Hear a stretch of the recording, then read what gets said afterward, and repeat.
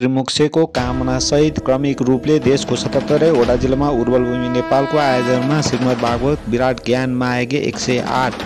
महायज्ञ 18 पुराणबाट लगाउने उद्देश्यले लिएर सतीदेवी बोकी श्री महादेव सतीदेवी भन्दै रुँदै पृथ्वीमा भ्रमण गर्न लागेको मूर्ति लिएर विश्वलाई समेत शान्तिको सन्देश दिन यात्राको रूपमा अगाडि बढेको यस संस्थाले निम्न मिति स्थान र समयमा शिव महापुराण कार्यक्रमको आयोजना हुन गएको उक्त आयोजित शिव महापुराण कथा श्रवण गरी आनन्द लिनुहुन सम्पूर्ण भक्तजनलाई हार्दिक निमन्त्रणा गर्दछु। कार्यक्रम हुने समय 2082 श्रावण 23 गतेदेखि 31 गतेसम्म